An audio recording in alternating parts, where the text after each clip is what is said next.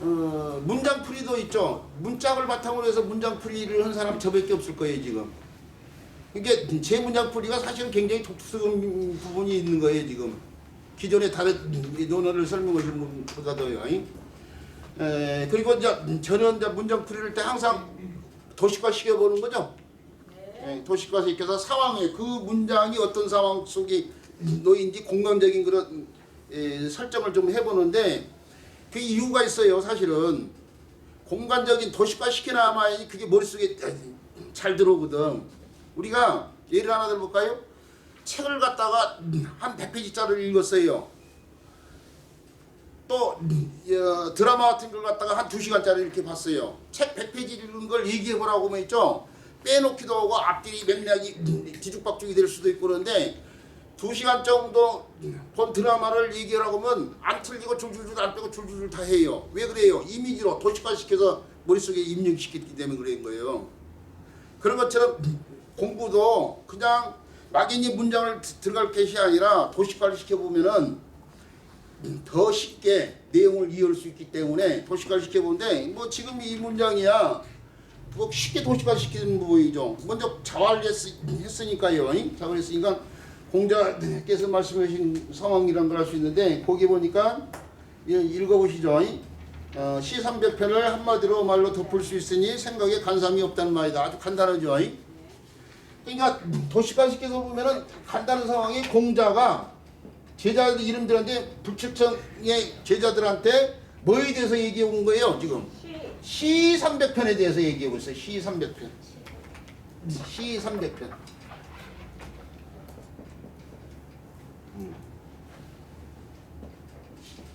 책에는 시 300으로만 나왔죠. 시 300. 이 시 300이 달리 얘기하면은 그냥 시라고도 하고 시 300이라고도 하지만은 오늘날은 뭐라고 해요? 시경이라고 하죠. 시경. 그러면은 이 문장에 대해서 시경에 대해서 지금 사무사라는 표현을 했는데 사무사를 이해하려면 시경을 알아야 돼. 지금 시경. 시경이 뭔지를 알아야 되는데 우리 시경에 대해서 저는 대학교 다니면서요. 커리큘럼 과정에 시경을 배우는 커리큘럼 과정이 있었고 그걸 다 완전히 다 배우진 않았지만 하여튼간 시경을 전공하신 교수님한테 수업을 들어서 시경에 대해서 간단히 들어보긴 했는데 또 뭐 대학원에서도 좀 들어보기도 하고요. 원래 시경의 경을 시라고만 해보기도 하고 시300이라고 했는데 최초에는 시라고만 하고 시300이라고 하다가 나중에 경을 붙여서 시경이라고 하는데 이건 송나라 때부터 경을 붙인 거예요. 송나라 때 이 시300 시에 대해서 그 권위를 부여하기 위해서 경을 붙인 거예요. 경을. 애초에는 그냥 시예요. 시. 그래서 우리 책에도 저 몇 간데서 이 시에 대해서 나오는데 그때 시경이라는 말 안 쓰고 다 시라고 쓰고 여기서는 시300이라고 쓰고 있는 거예요 지금.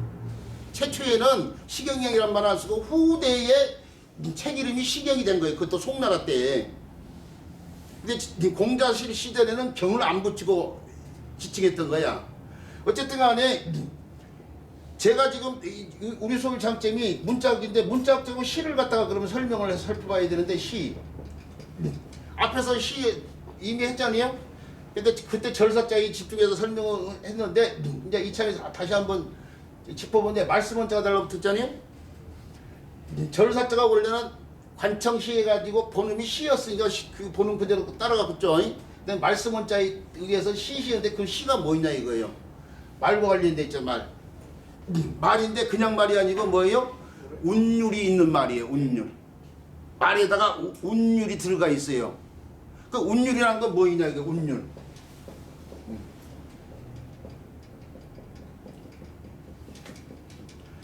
이 운율이라는 건 다른 게 아니고 글을 짓는데 글 속에 일정한 음을 지닌 일정한 음이에요. 일정한 음과 일정한 리듬이에요. 일정한 리듬. 소리가 일정하게 나는 소리를 집어넣고 그 소리를 반복해서 나게끔 리듬감을 살려놓은 거기다 이거예요. 이게 운율. 그럼 왜 일정한 음을 신경 쓰고 왜 일정한 리듬을 집어넣냐 이거예요. 그렇죠. 얘기 편한데 그것보다 더 나아가서 낭송을 하고 노래하기 위해서. 이 시가 오늘날은 하나의 문학 장르로 자리매김했지만 최초의 시는 운율이 들어가 있는 말인데 그 운율이 낭송을 하기 위한 말, 노래를 하기 위한 말이야. 이 시경의 시가 뭐냐면 사실은요 노래와 관련된 노래 가사예요. 노래 가사. 노래 가사. 이 시경을 주나라 시대 때에 공자가 만들었는데 시경이 어떻게 해서 만들어졌냐?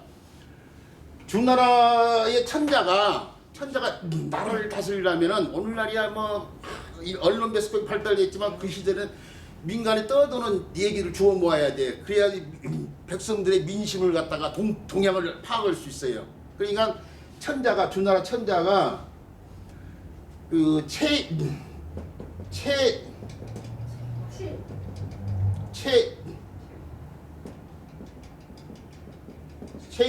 최시지관이라는 벼슬을 두가지고 시를 채지고 계세요. 시를. 그 시가 그냥 노래 가사죠. 노래 가사. 우리가 시경을 좀 공부해봐야 알지만 그 내용의 구분이 풍화성이라고 해가지고 풍과 아와 성으로 이렇게 구성이 되어 있는데 이 풍이 뭐냐면 바람에 실려다니는 떠도는 노래를 말하는 거예요. 민간의 노래들, 백성들의 노래. 그 다음에 아는 뭐냐면은 이 악이란 말이 궁중에서 의식 같은 걸 행할 때에 노래, 음악이 연주되고 그게 노래를 부를 때 노래 가사야. 근데 성은 뭐냐면 기린 건데 이게 종묘에서 선왕들의 의식 치를 때 거기도 음악이 연주되고 노래가 불리는데 그때 노래 가사야. 바로 그래서 이게 풍화성 그 노래 가사예요. 노래 가사. 그걸 묶어 놨는데 그게 이제 왜 묶었냐 이거예요. 풍화성 왜 묶었냐? 이게 민심의 동태를 파악하기 위한 거니까 어떻게 돼? 뭘 위해서? 백성들을 잘 다스리기 위해서 그런 거예요. 백성들을 잘 다스리기 위해서. 이 경이 있죠? 경이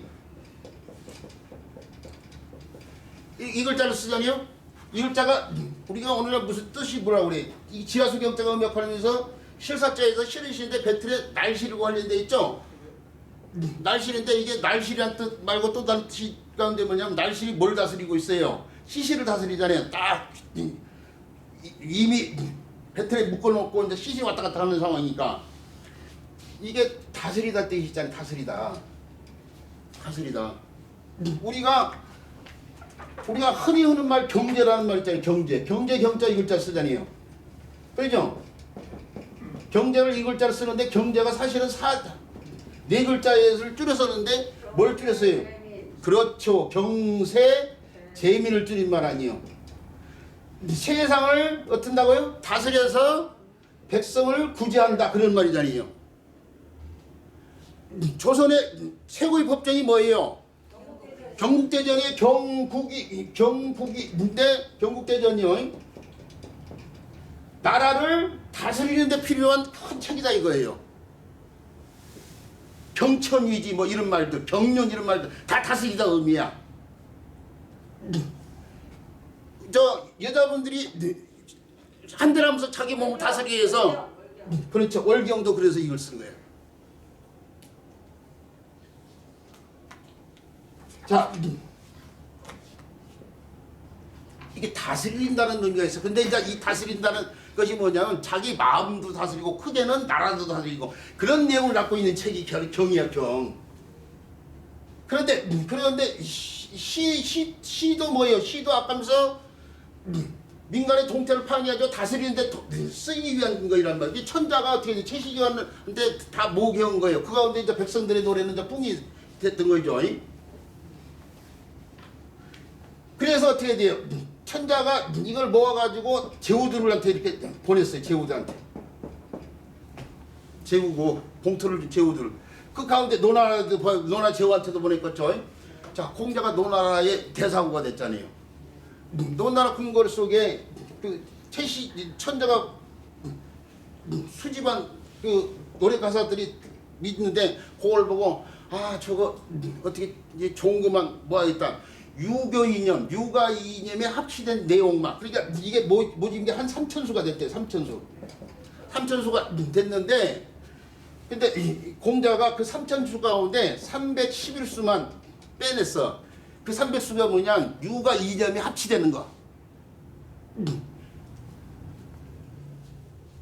다스리는데 도움이 되는 내용, 또는 뭐 A 범죄와 관련된 거, 또는 상류층의 고급 문화를 알 수 있게 하는 거, 이런 거만 빼가지고 300시를 했고, 그것이 나중에 305수, 이게 맥수가 잊어버리고 305수가 남아있는데, 그걸 이제 여기서는 300이라고 한 거예요. C300.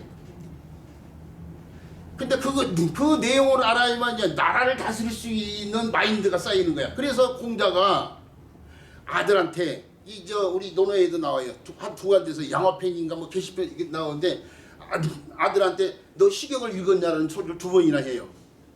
응. 시경을 안 읽으면은 뭐라고 했냐면요. 그렇죠.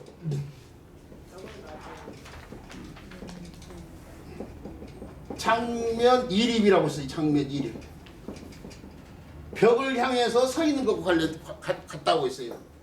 이거 담을 향해서 담장장이가 담을, 이게 면자가 면벽할 때 쓰이는 면자인데 벽을 향한다, 향하다의 의미, 향하다. 남면 그러면 남쪽으로 향하고 남쪽을 향한 사람이 왕이니까 왕의 지위와 관련되는 것처럼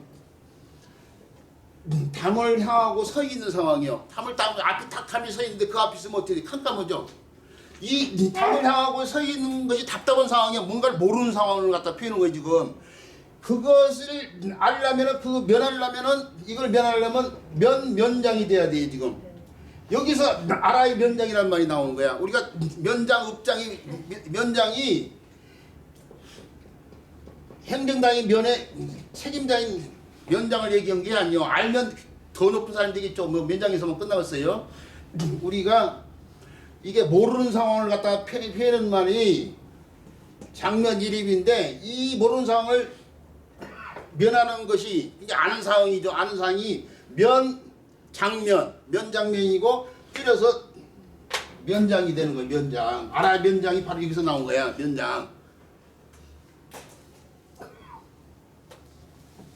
또는 게시편에도 아들이 이렇게 마당을 지나가는데 불러가지고 너 시경 읽었냐, 너 시를 읽었냐 물었지. 시경이 아니고 시. 그때는 시라고 했으니까 시를 읽었냐, 아직 안 읽었다니까.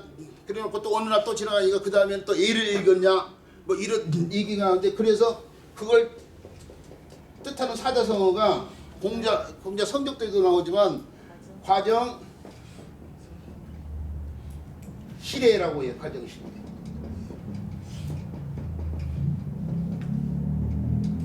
과정 실해라고 그러는데, 이게 몇 년 전에 대학교 수학영역 시험에도 나왔어. 정자 빼고. 연암 박정희 아들한테, 공자가 아들한테 너 시 배웠냐? 그게 공자가 아들 교육 관련해서 크게 신경을 썼지만 딱 그 정도로 했던 거예요. 너 시를 읽어라. 왜 시를 읽어야 되냐? 나라를 다스리고 백성의 마음을 알고 그 속에 예의 범절과 상류층의 고급 문화를 익혀서 사람답게 살아라, 그 얘기야 지금. 시를 읽으라는 얘기가.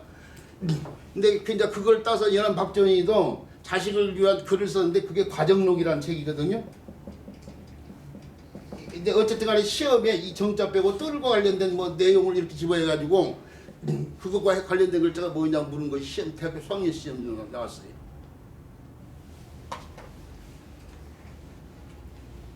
네, 바로 그것이 시경이요. 예, 시경에 대해서 제가 아는 바를 이 정도로 얘기했는데, 그런 시를 이제 알아야만이 이 문장의 사문사가 뭔지를 이제 깨닫는 거죠.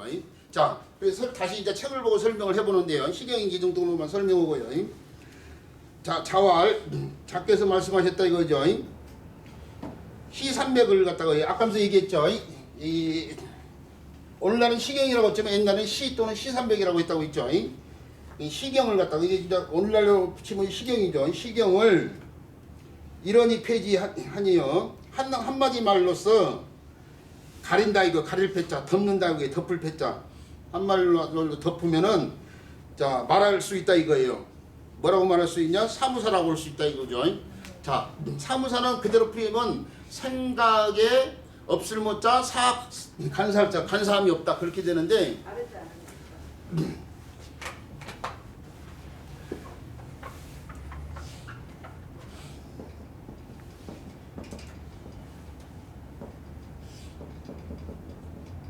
무사부터 한번 살펴볼까요? 무사가 사악함이 간사함이 없다고 그랬는데 우리가 간사함이 없다는 것은 달리요. 우리가 더러움이 없다 그러면 깨끗하다 얘기가 되잖아요. 만약에 더러움이 없다 그러면은 그 얘기는 곧 뭐예요? 깨끗하다 얘기가 되냐? 깨끗하다. 그러니까 요 반대말이 무사의 반대말이 뭐가 되는지 생각해봐야 되는데 사악함이 없다는 것은 반대말이 뭐가 될 수 있냐? 사의 반대말. 그러죠. 바르다예요. 그렇죠. 정이요. 정. 아이고 우리 이명 선생님 공부 많이 하셨네. 우리 너는 정이요. 정. 우리가 사의 반대말이 정이라고 봐야 돼요. 우리가 흔히 스님한테 이 잘못된 것을 갖다 간사함을 갖다 깨부시고 바른 것을 드러낸다는 것을 파사현정이라고 하잖아요. 파사현정. 그렇죠? 또는 잘못된 정악을 정악을 감싸고 사악을 갖다가 물친다는 말이 위정특사잖아요. 위정특사.